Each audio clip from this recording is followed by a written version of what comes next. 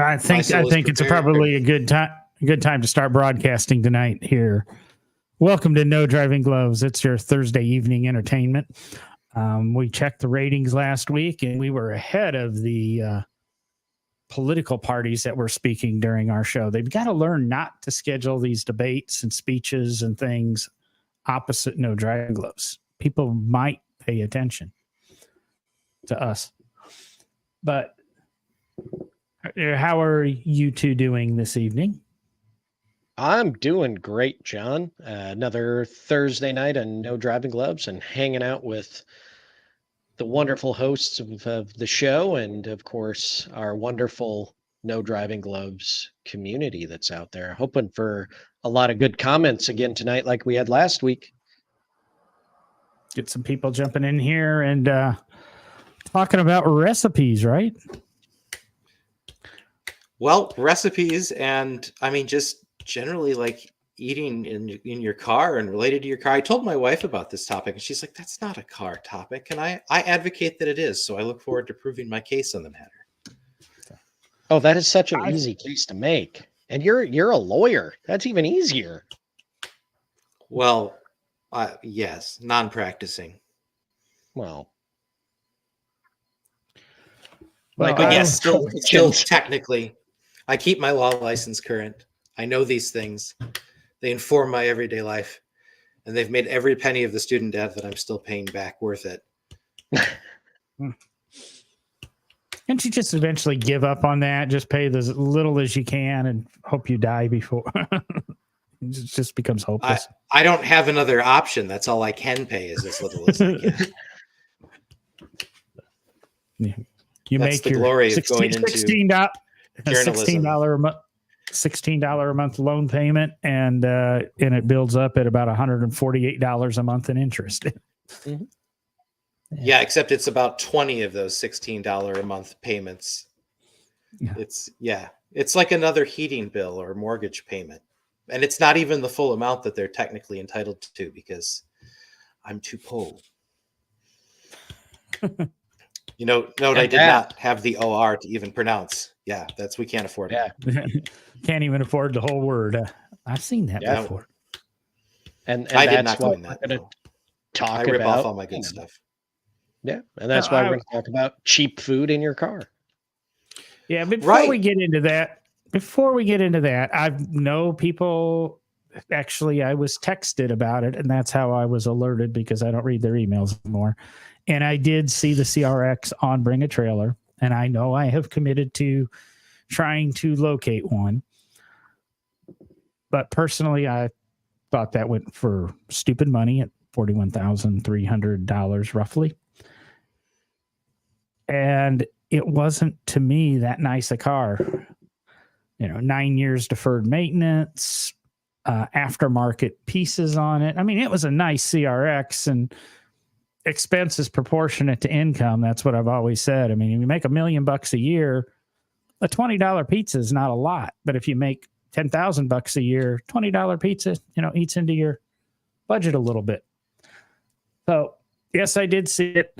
I could really get into it long and drawn out, but I did see the CRX, and thank you for people alerting me that it was available.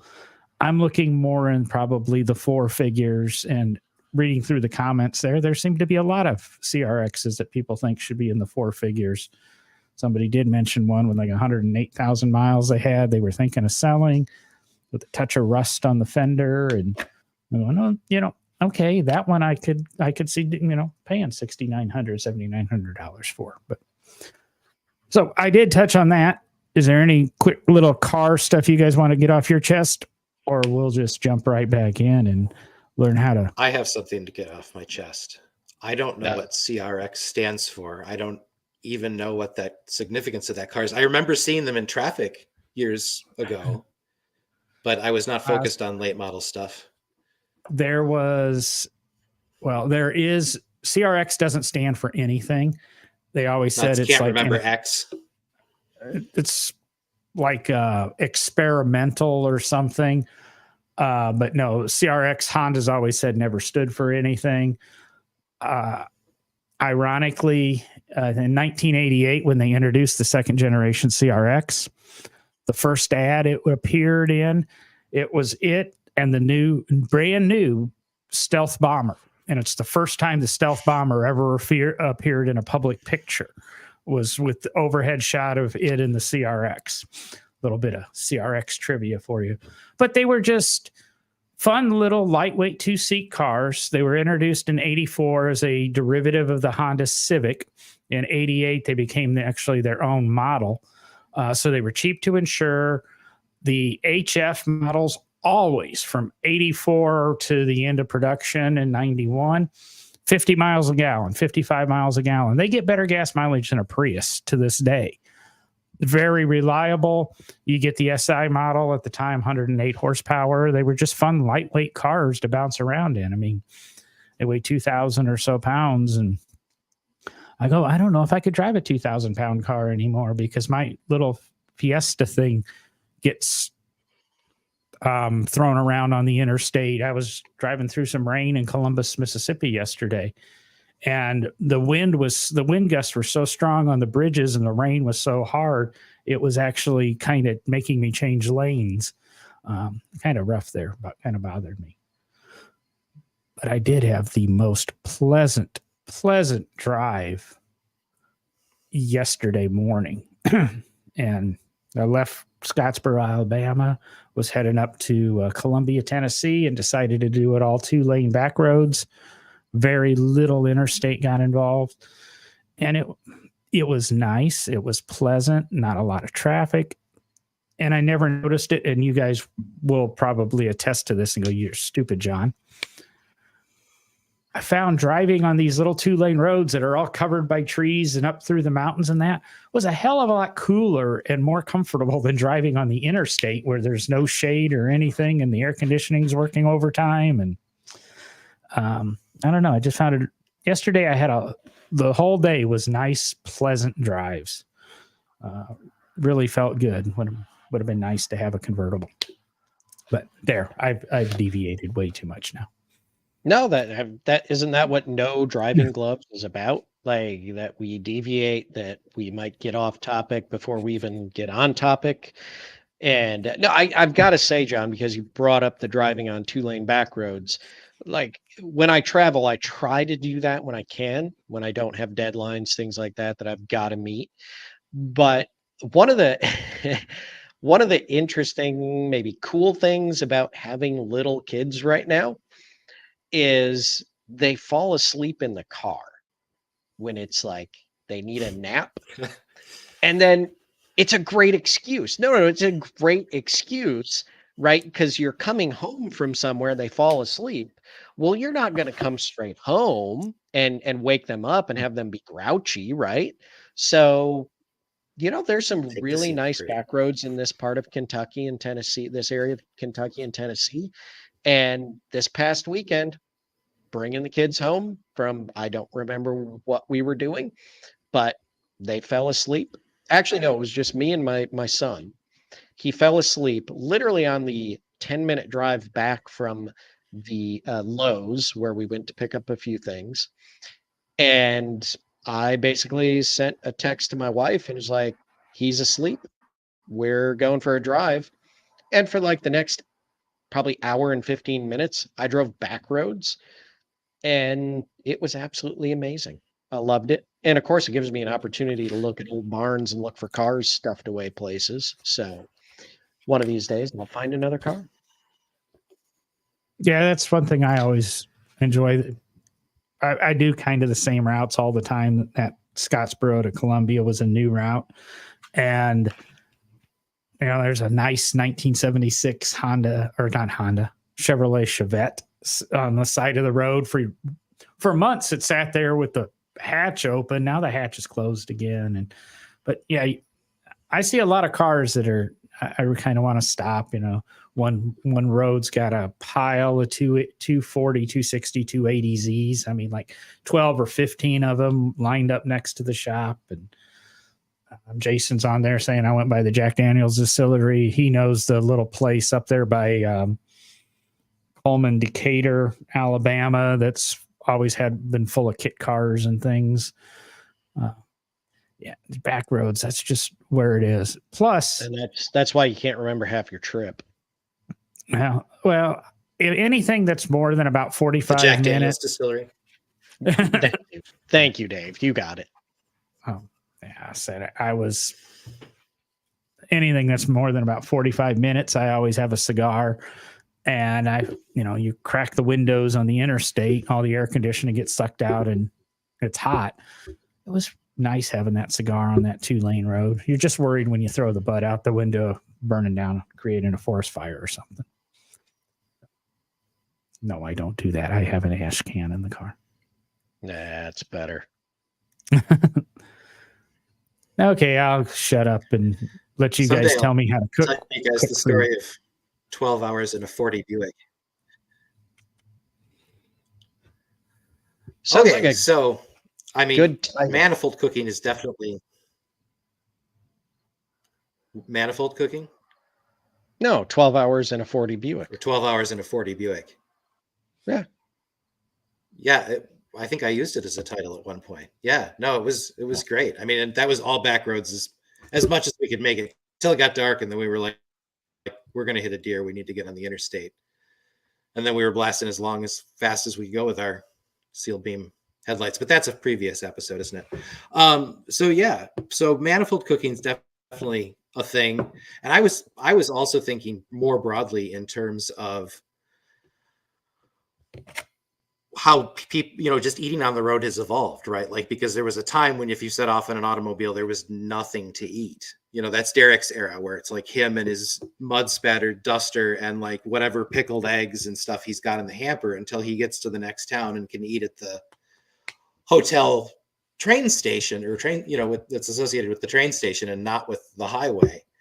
And then you get up into my era where it's like people are so wedded to their cars. They're like, what if we started serving them in their cars? And the drive-in restaurant is invented. And that's where I got to this whole road food idea was like, I love to eat roadside food. Like, White Castles are one of those things that started in this era, 1921. And like, I've got this whole recipe that I wrote about for Hemmings about the grilled onion burger that was developed during the Depression in this town called El Reno, Oklahoma, along Route 66. And it was like, what can we sell to people passing through who can't afford like a huge beef patty? It was like, what if we cut it with onions? And it ends up being really, really good. Like better than a White Castle if you like White Castles. Jason asked who I am. So I'm an associate editor with Hemmings Classic Car, Hemmings Motor News, all those magazines. I ragged on Derek, but yeah, I write for the whole organization. You can find my work online. And I've done that for 9 years. And before that, I practiced law for 5 years. And like I said, I kept my law license, but that was a lot of taking money from people who didn't have much of it and giving it to people who already had a bunch of it. Kind of disheartening after a while. So I like doing car stuff now. So yeah. And then manifold cooking is like this whole thing that was from that era, like before these drive-in restaurants were invented. Because if you had, most commonly you see them on Model Ts now, but theoretically you could work it on anything where you could get at the exhaust manifold. And it was this metal box that you like wrap your food really securely in foil. And my wife stressed this when we were talking about this episode. She's like, make sure that they tell them not to skimp on the foil because they'll regret it. They'll make a mess of their engine bay because sometimes you just cook foil right on, the intake or wherever you can wedge this thing. And, the more food you have, the hotter you have to get it through.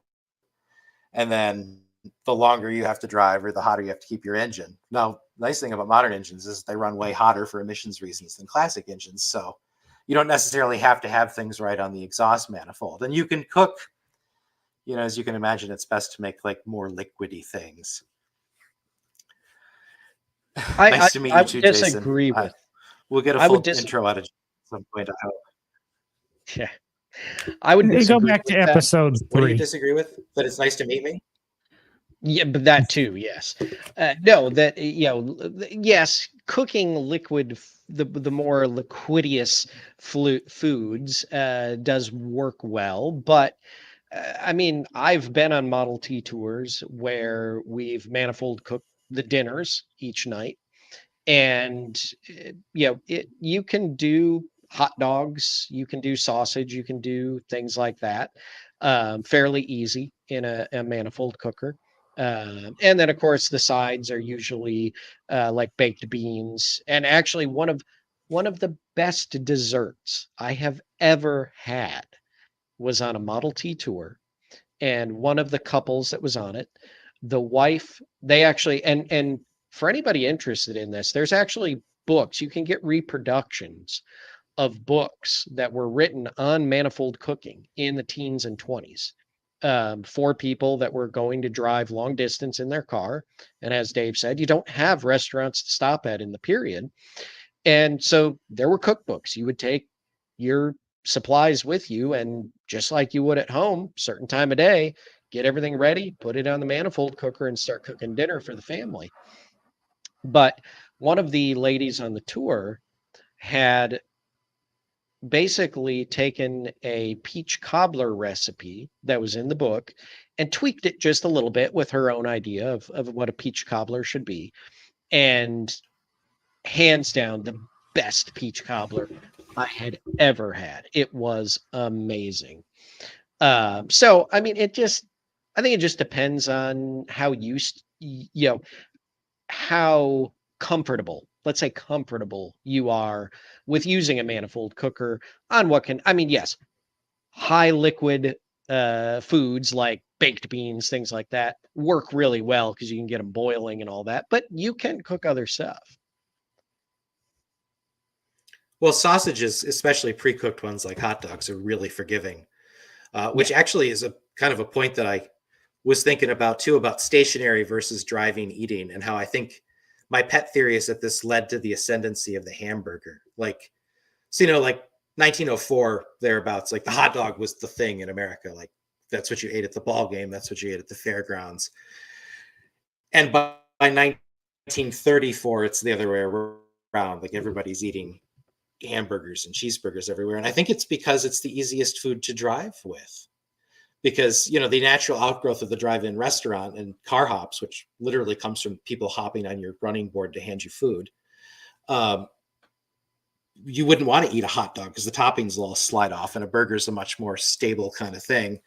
And then that led me to talk about, I once read a bunch of car crash statistics, and one of them was that, eating, of course, is a major distraction while driving, yet we all do it. But some foods are way more distracting, like hot coffee and tacos. Like, don't ever get Taco Bell and try to drive around eating it, because there's a lahar of cheese and meat coming to distract you. Dave, we did that in You don't college. know lahar, or you think?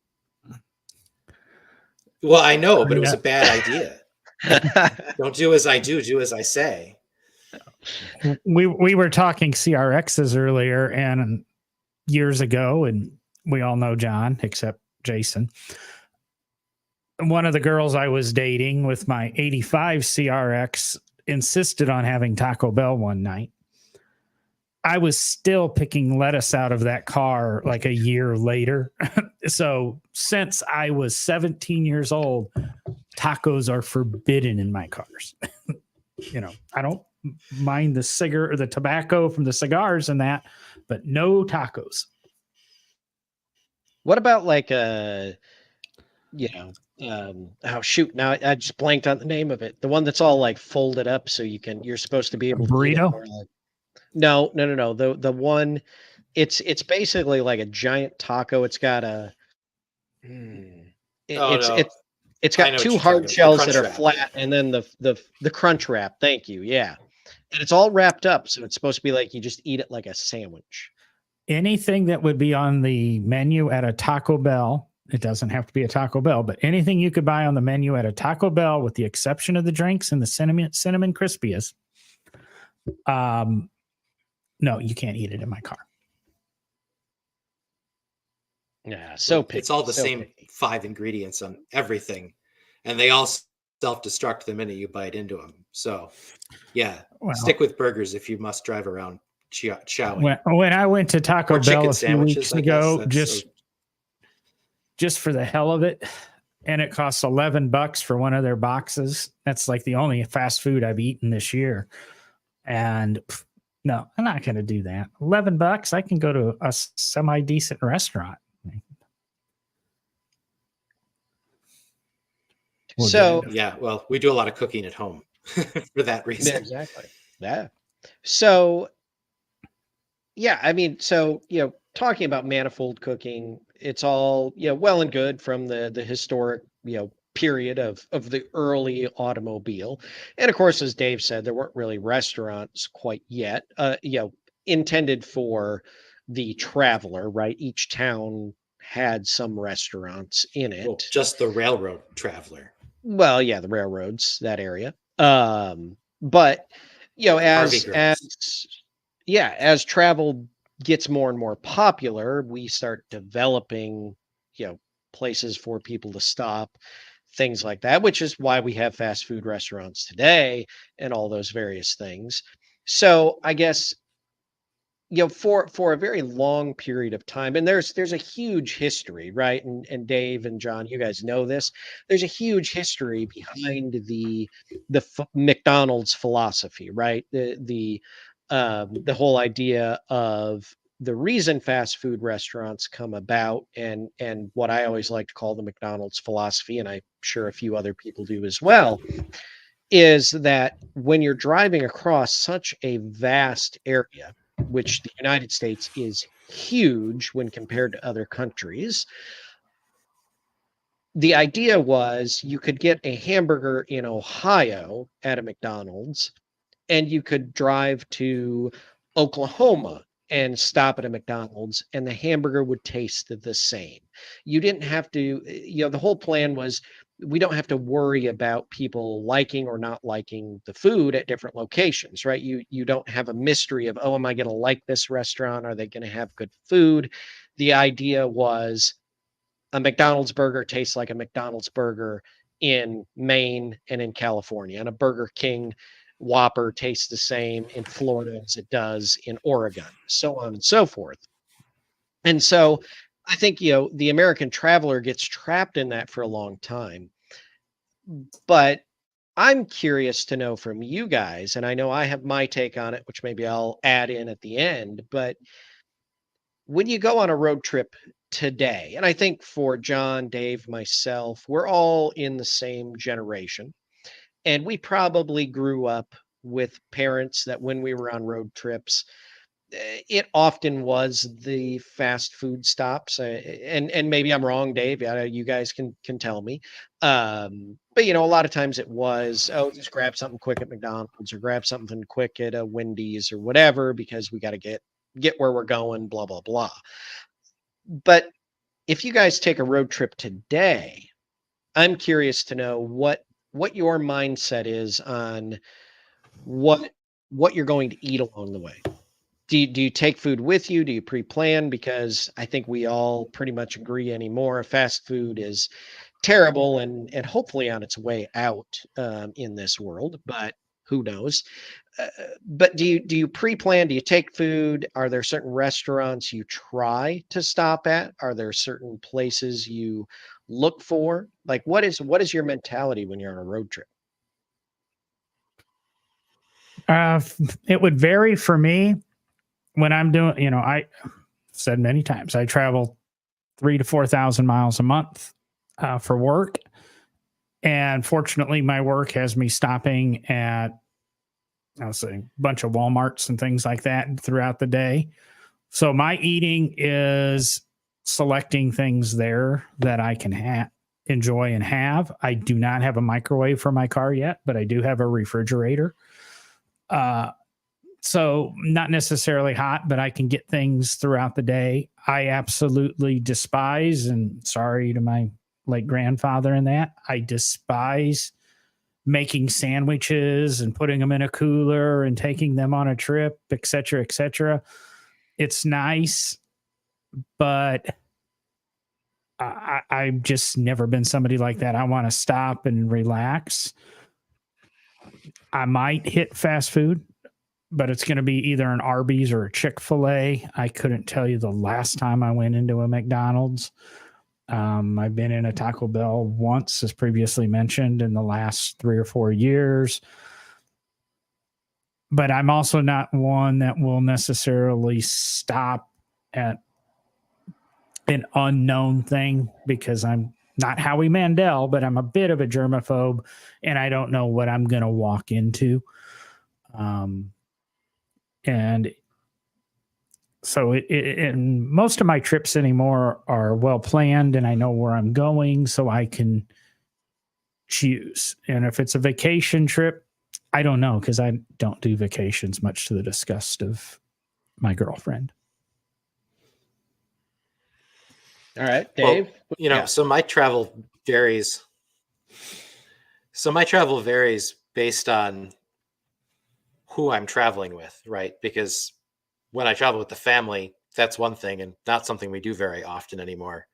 But when we were younger and our lives were different, we had a kid with an allergy. So we had to stop only at chain restaurants because they were the only people that could tell you what their allergens were on their menu. Like, can we eat here or not? Because, we took her to a couple places and her eyes swelled up and stuff because she rubbed egg in her face. And not a thing you want to put a kid through, like, here, squalling baby, have a Benadryl, right? So I got into chains for that reason. Like, McDonald's is McDonald's everywhere, as you pointed out. And the chicken nuggets are chicken nuggets everywhere. Like, sometimes the McDonald's itself, you don't want to go into because it's sticky and weird, but I've never gotten sick from it either.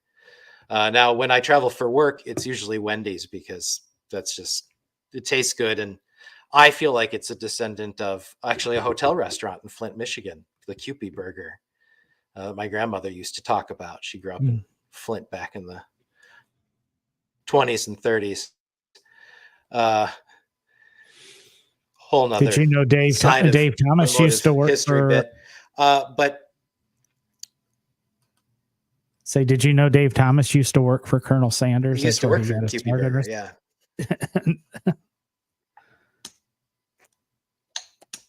I didn't know that, but Colonel Sanders is one of those guys who got started in a hotel court restaurant, speaking of road food. So KFC definitely is a legit claimant to that because, the classic, it happened one night tourist court where you got the restaurant in the office and all the little cabins out back. Oh, crap. I forgot to remind Disapproving Cat of our live stream because I had the message all teed up to send, and then I had some technical difficulty and got distracted. So Disapproving Cat needs to subscribe. Oh, and Jason had asked about.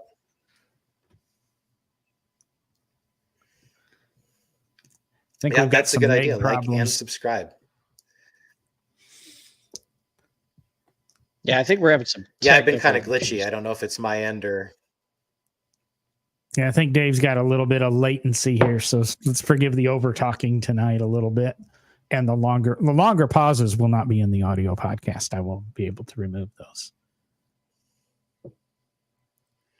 Were you talking, Dave? I feel like about every time Jason? I start talking, it's in the middle of somebody.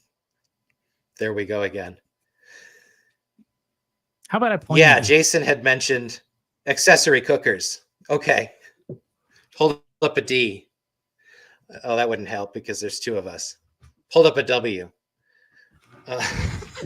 So, Jason asked about accessory cookers, and there are still ones available today if you have a Model T or a Model A that bolt right onto certain places of the engine. But, as truckers and others will attest, with a little bit of ingenuity and some good aluminum foil, you can cook a lot of places. And those things are best served by non-liquidy recipes. I've heard tales of cans of beans exploding on exhaust manifolds, but you got to remember to pop the top and then wire it down securely. But yeah, I don't think the accessory craze that started in the 20s only sort of overlapped with we have to picnic on the side of the road if we're going to eat on our road trip. So I'm not aware of a widespread market of cooking accessories beyond just that basic manifold cooker that's still reproduced. Do you know anything about that, Derek? Yeah, I mean, there's not really that I know of any accessory cookers. I think some people have or some companies have produced like modern versions to try to fit more modern vehicles that you can cook with. But yeah, I mean, you can still buy like I can buy a manifold cooker to put on my 490 Chevy or, any of the other cars, because they all pretty much, you've got to kind of bend the tab that hooks around the exhaust depending on what engine you have and how to make it fit. But yeah, I mean, those are very easy to get your hands on, even to this day. I believe Snyder's Model T parts carried the reproductions for a long time, probably still do. I haven't looked for one lately. I need to get one though. I think the kids would love food cooked in a manifold cooker. They'd be all for that.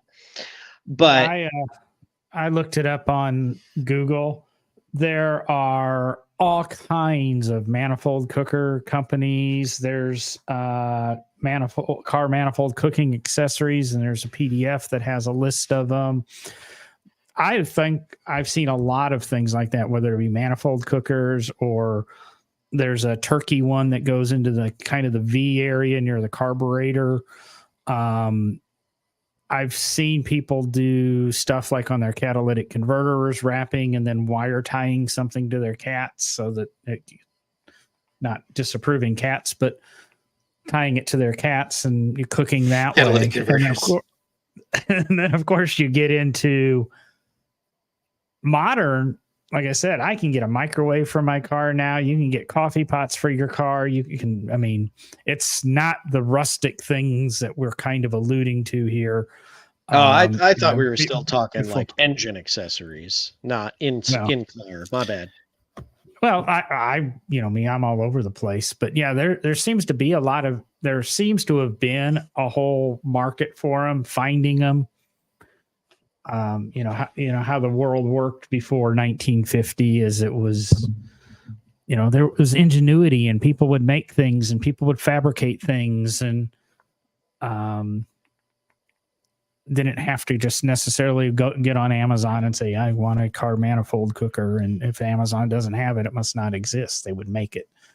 So yeah, I think in answer to Jason's question, there were a lot. And they were universal. It's probably one of Jason, like you said, Snyder's J.C. Whitney catalog probably had stuff back in the day. Sears catalog definitely would have. Yeah, they'll fit on basically any inline engine. If it fits a Model T engine, it'd fit a 490 engine with a little tweaking.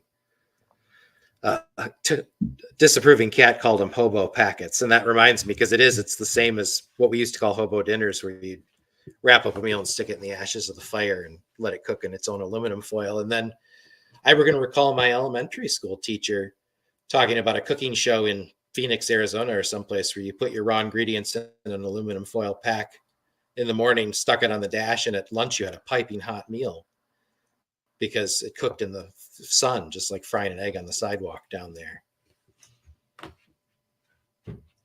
Always make sure you cook something that smells delicious, because the smell will be in your car for a while. Yeah. So I'll jump his car in. Doesn't smell a little weird inside. Yeah.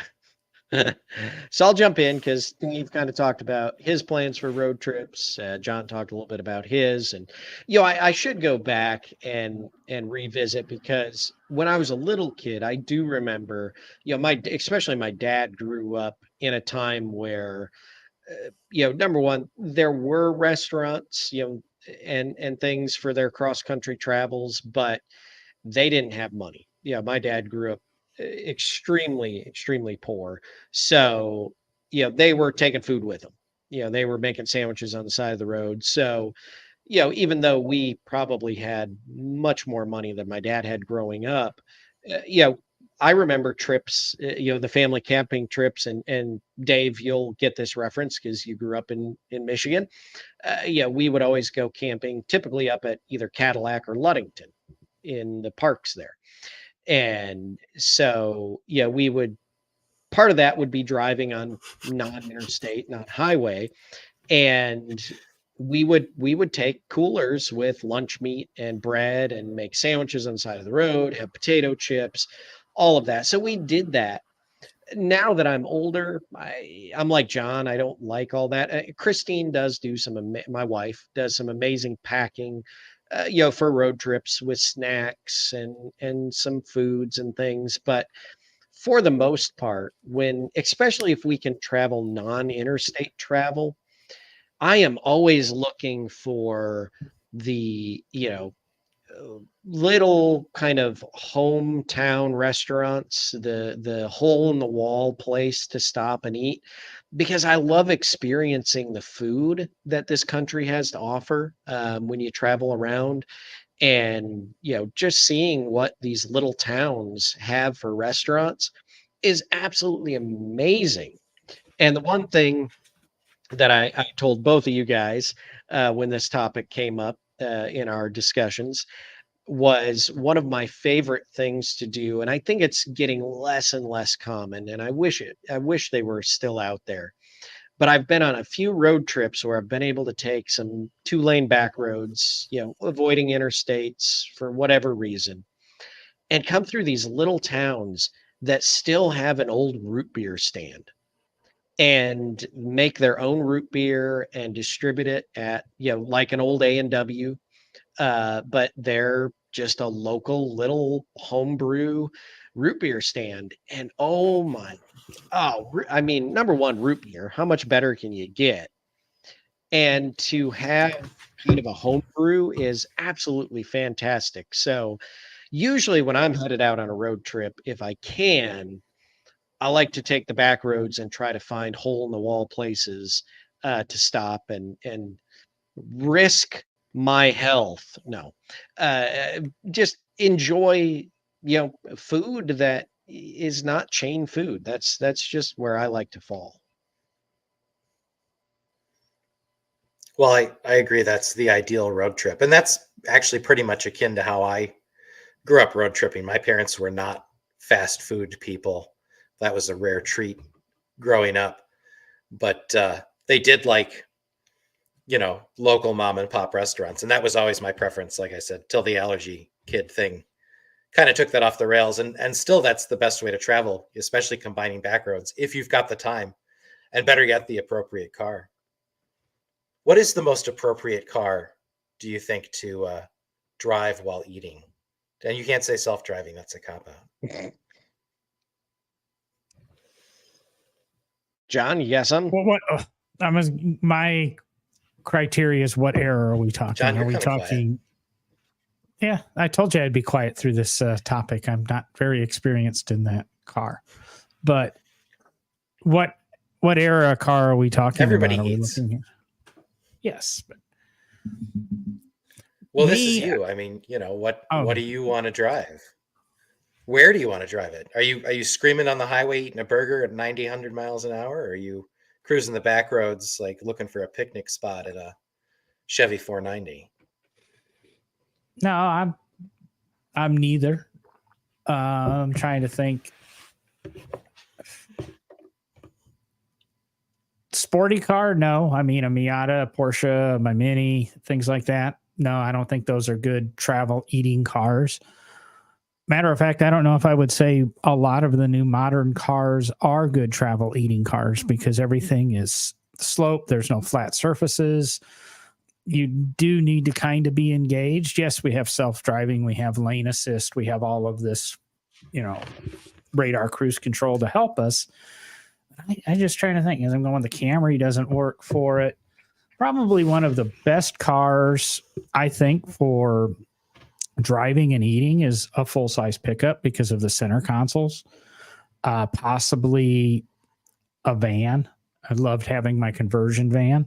That's one I probably haven't brought up on this show before, but I had a 2001 Dodge Ram conversion van that had the little table in the center and everything, multiple cup holders. That was a nice vehicle to eat in and, drive and, or eat while driving. But I'll be honest, I don't eat a lot while driving. I mean, I might grab a sub sandwich at Walmart and eat that, but normally I will eat in the parking lot or something. It's just one of those distraction things. I mean, when I drive, I like to pay attention to driving. I don't like to be distracted. So maybe it is that pull off thing. Unless it's by a cigar. A cigar, I mean, say I've been smoking and driving since 16. So it just, the product changed. But, I used to do manual, like I said, used to do a manual transmission with a cell phone and a cigarette and, drinking a beer and changing CDs and everything else at the same time. But back when we were, young and dumb. Now, no. I mean, smoking a cigar, just relaxing. I can do two hands on the steering wheel, and so I don't know. I don't really, like I said, I don't have much of an answer there. I don't know what would be a good car for you, Dave, to eat and drive. I mean, something that I didn't mind dropping lettuce in, which is most cars that I own. I mean, my Corvair doesn't have any carpet. I keep it clean, but it's a lot easier to keep clean, and I don't sweat those kind of things. And I think it comes from having had kids for 17 years now, because it's impossible to keep a car clean, and I can't own something that I can't use all of the time, basically. So yeah, I mean, the Corvair is kind of nice because it has a power glide, and most of my previous cars have been some kind of manual transmission, but I can juggle 3 on a tree and a double cheeseburger and a Coke between my knees. It's even the Cadillac doesn't have cup holders. It's the craziest thing. Although I think it was Chevrolet that once had said that the best cup holder is the one that sits beside you and wears a poodle skirt. But my wife doesn't wear poodle skirts anymore. But, that is ideal. I think somebody said something about eating only in their wife's car. But yeah, like I said, I got to own a car that I can basically shout or hose out if I want. So, and I think about the 58 Cadillac Eldorado that had the magnetic tumblers that went on the glove box door. Because up to a certain point, all cars have this glove box door with the 2 drink impressions in it, and they're the 58 Eldorado that cost $10,000 back when that was real money, came with a magnetized tumbler. So I guess your whiskey glass, it might slosh in the corners, but it wouldn't slide off. The shot glasses were also suspension. The shot glasses were also magnetized to sit on the glove box door too. I know somebody who's got one of those. I will say that Nice. Growing up on the farm, the grain trucks were always great to eat in. Because when you're moving from field to field, or from the field to the grain bins back at the farm, they're just tooling along in the farm. The grain truck, great time to eat a bologna sandwich. I never had a problem. So, yeah. But I'm kind of with Dave. I'm thinking, like, if I had to really, really pick, I'd probably run somewhere in the early to mid 60s.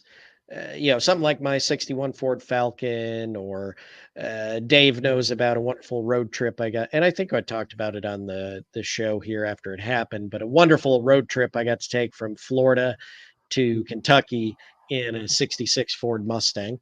That was, I can just, there's just something about those cars that they're just kind of comfortable enough that it just feels right. You're just kind of, maybe you're in, a 3 on the tree, you're in high gear, you stop, you get your food, get it set there on the bench seat next to you, got the drink between your knees, you get going, you get on the highway, you get it in high gear, you're cruising in the slow lane, you're just cruising, and it's perfect. Like, there's room to move around, grab the food, eat, fries. Again, my Falcon, like Dave's Corvair, rubber floor mat. Who cares? Drop something, wipe it out. No carpet gets stained. So I think I'm kind of with Dave here. I like early to mid 60s, small family car, something like a Falcon, Corvair, type vehicle. I think that's probably the perfect eat on the road car. That would be my pick too. Probably no coincidence that's the height of the drive-in restaurant era, right? Before the drive-throughs took over later in the decade in the 70s. Speaking of the drive-ins, Dave, so to go back to Jason's question earlier as well about who the heck is Dave, which, I mean, does anyone really know who any of us are? But on top of everything Dave said, Dave and I also attended college together. That's where we met and became acquaintances. And, but we also may or may not have, depends on if there's any legal cases still pending, started a car club together at the college we attended. And we used to meet at the drive-in in Mount Pleasant, and I can't remember the name of it. What was the name of the drive-in there that we would hang out at? Do you remember?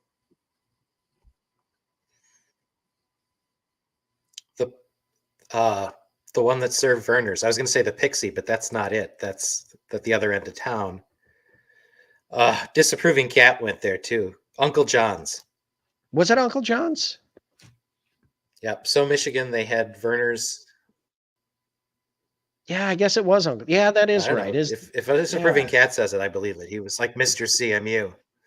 Yeah, right. I did look at the chat. The club is not still active that I know of, but no, they put on that one good show and then rode off into the sunset. Yep. Disapproving said it was just John's. Oh, not Uncle John's. He says no, just John's. John's Drive-In.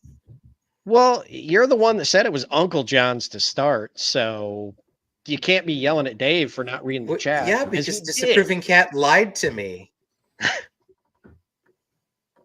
It's still going. I'm blaming the lag.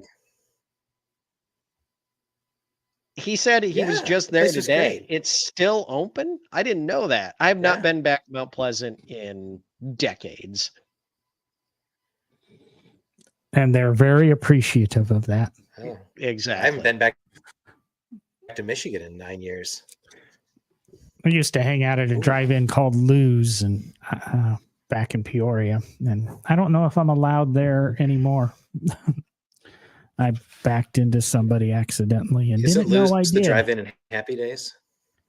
Might have been. It was Lou's drive-in on, Al's was on Happy Days. No, I was there eating, got mad Al's at in Lou. Kenosha. That's right. Got mad at Lou and backed out and hit a tempo with my ironically with the same CRX, and didn't even know it. Got out to my girlfriend's house and I got a phone call, and my dad said, were you in an accident? And I said, no. He goes, you better go look at your car. And I went out and looked, and I broke a taillight. I said, I guess I was. And he goes, well, you need to get to the police station. So I went to the police station. I backed into a Ford Tempo, hit the rear wheel, totaled the Tempo, broke the taillight in the CRX. Wow. I guess I probably should thank Dad for getting me out of that jam too. The Tempo Topaz has a connection to the Ford Falcon. I could see that.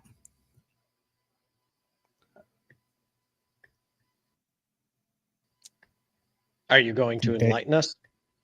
I think he locked up. I think we lost Dave for a minute. Oh.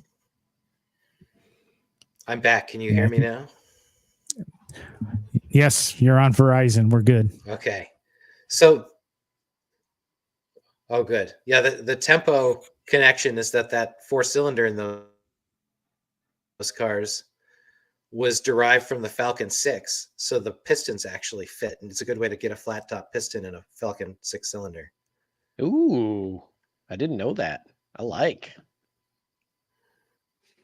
If you can find it. It's the 200, not the 144. I'm sorry, Derek. But I've got you can get those pistons newer. You could a couple of years ago anyway. Yeah, well, I've got a 144 in the car. I've got a 200 sitting in the garage waiting to possibly go in it. Oh, nice. Well, that's a good place to have a motor if you're going to put Tempo pistons in it. And what a thing to say at the car show. Hey, check out my Falcon. I upgraded. It's got flat top tempo pistons in it.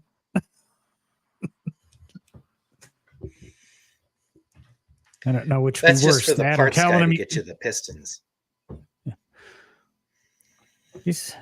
Have you seen the meme where the guy walks into the parts shop or parts store and goes, I need to get a clutch, and the guy behind the counter responds, is that an automatic or a manual? Yep. That's not Thankfully, bad. we do have good parts stores around here. Yeah, that's not that far off. I had a friend here in Bowling Green go into a parts store that he normally used, and the new kid was behind the counter, and he walked in, he looked at the kid, he said, I need to get a condenser. And the kid looked up at him and said, we don't sell air conditioning parts here. I mean, And that's not that's an not a unfair joke. interpretation of what he said. It's like the little video with Nick Offerman when he as Ron from Parks and Rec, where he's in Home Depot and the guy comes up, can I help you? I know more than you. Yeah. You're just turn the Well, I feel computer grateful that to the me. parts stores around here are good. They can't get what you want. Jason, that's a reasonable question, because maybe the all-wheel drive has something that's in the way. I mean, some of these cars, you do remove the front clip and take out the spare tire, take off the right rear door to change a headlight. $37 for one headlight's also cheap, Derek or Jason. Yeah, no kidding.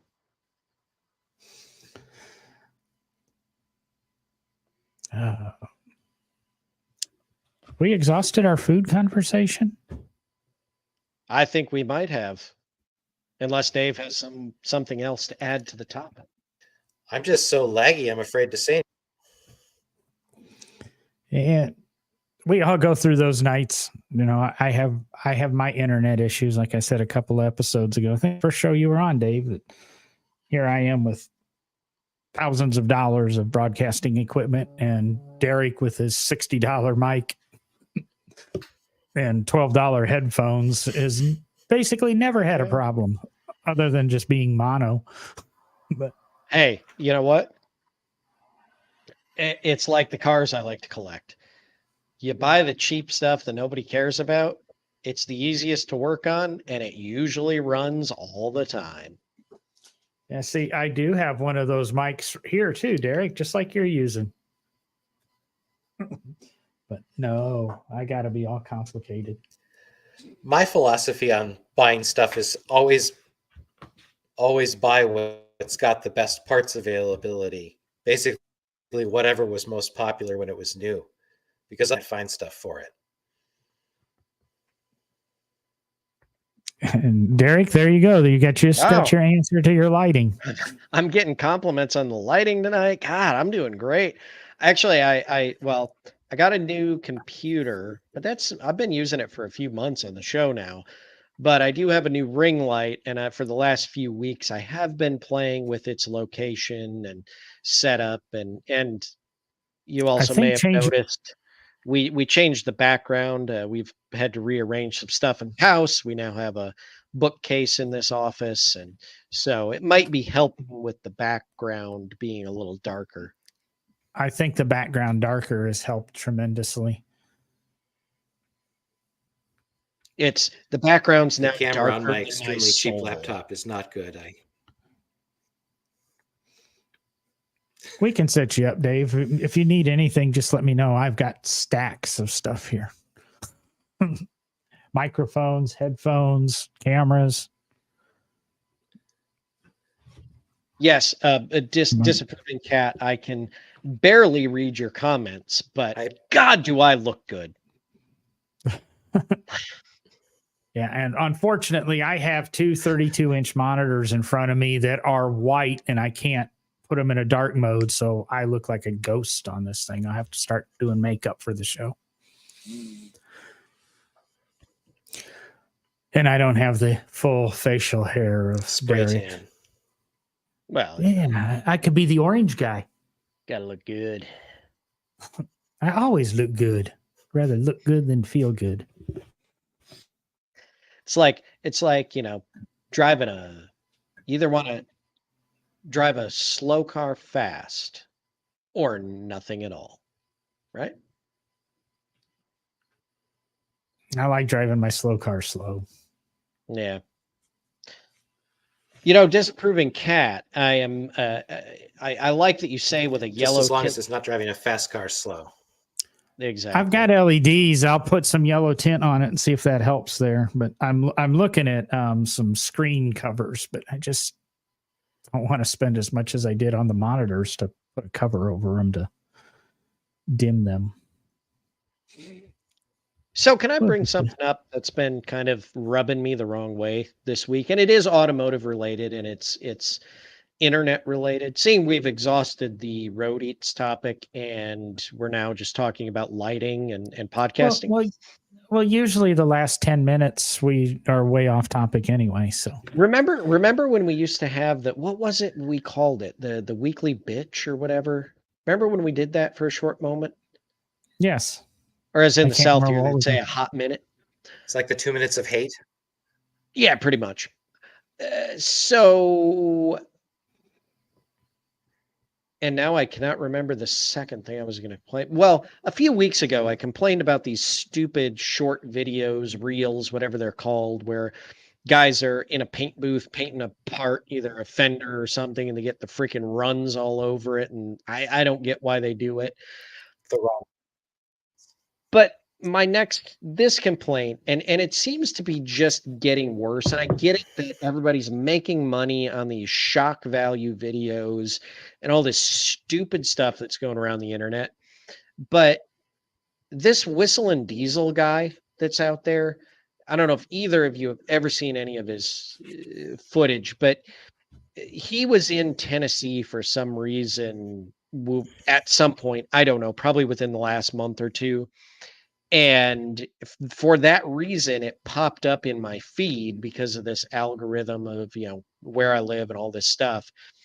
And he was driving a replica of the General Lee, except for it had a drag parachute out he lives in Tennessee.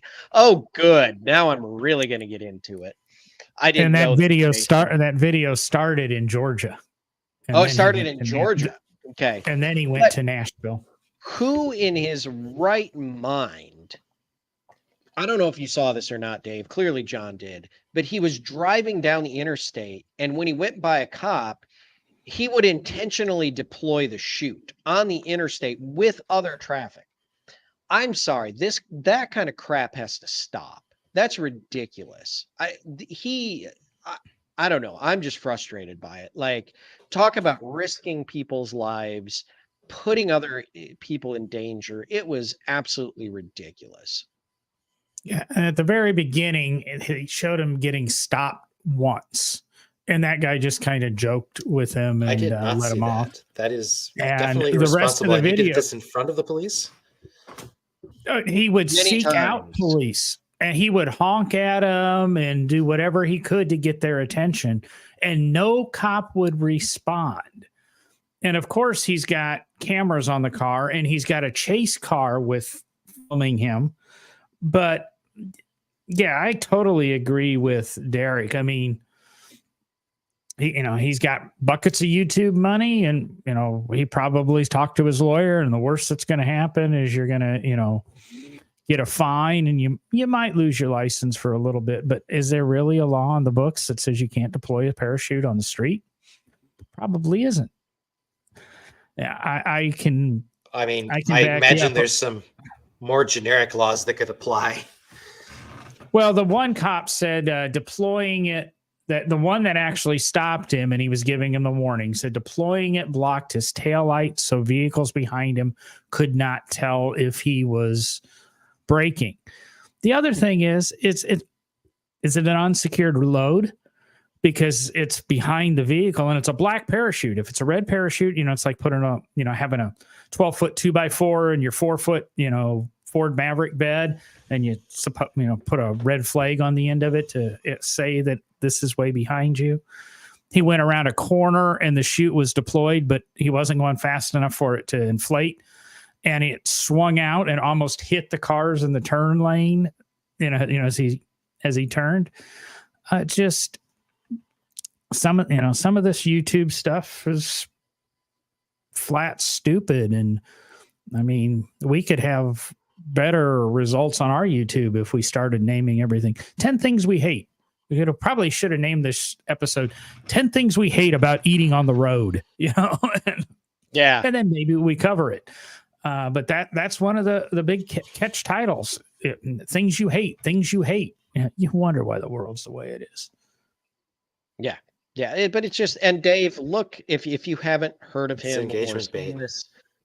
Yeah, don't look him up, because he'll get more views, and then the algorithm will start feeding you more crap like that. I mean, I'm fortunate. I have never seen a Mr. Beast video. Now that I said it in front of all this electronic stuff, my YouTube will be all Mr. Beast. But these people they're young. They get they're making tons of money, and they aren't responsible enough to have it. So I'm sorry, I'm talking like an old man. But no, I mean, but you can have examples out there, and I'm going to bring it up because we've had talks about her on the show before, but obviously there's the Supercar Blondie, network or whatever it is now that she has.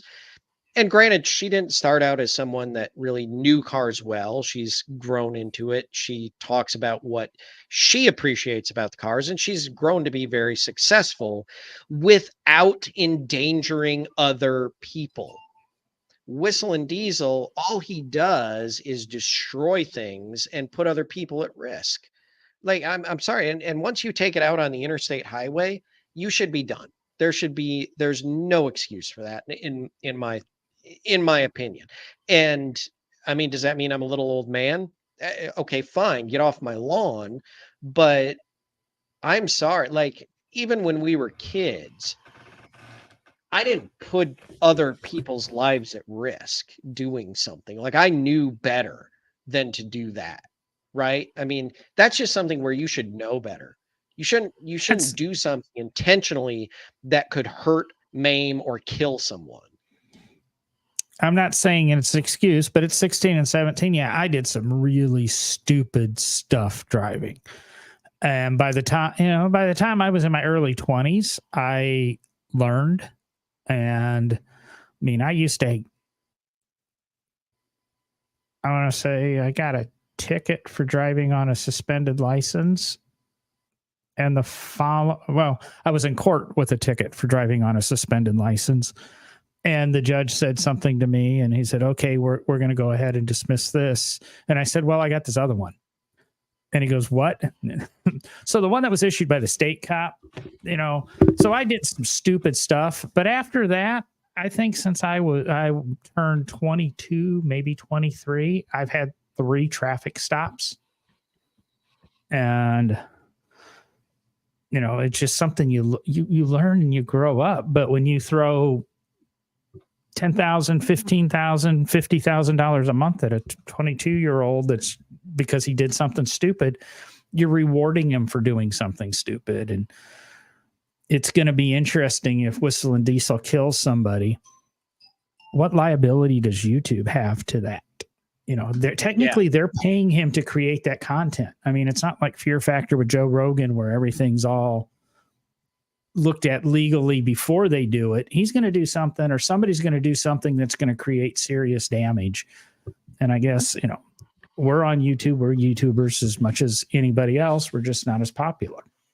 So yeah, I go with you, Derek. I don't want to end on a down note there on the whining and crying. Well, But I don't really care because how we end, because I think it's absolutely ridiculous. I saw the video this week, and this is no driving gloves. We're here to talk about yeah, automotive stuff, and it's automotive. Most of what he does is related to the automobile on his YouTube channel. And most of the time, all it is destroying cars. He's destroyed a Model T with a crane. Um, and destroyed the he Cybertruck destroyed a Cybertruck. He burnt a Ferrari Yeah. in the middle of a wheat field or whatever it and burned was. down the wheat It's field. freaking ridiculous. Yeah, caught the wheat field on fire. I'm sorry, it's just all ridiculous. And, I mean, they used to I don't. stage executions of elephants and crash locomotives into each other head on, and I mean, but we're just doing it. I think it just is such a more rapid rate because there's not enough to just stage one locomotive crash anymore. Everybody's satisfied for a few years. You've got to do it all the time if you want to monetize it properly. And yeah, that's something that definitely goes beyond YouTube. And if anybody's got any ideas how to solve that, write your congressman.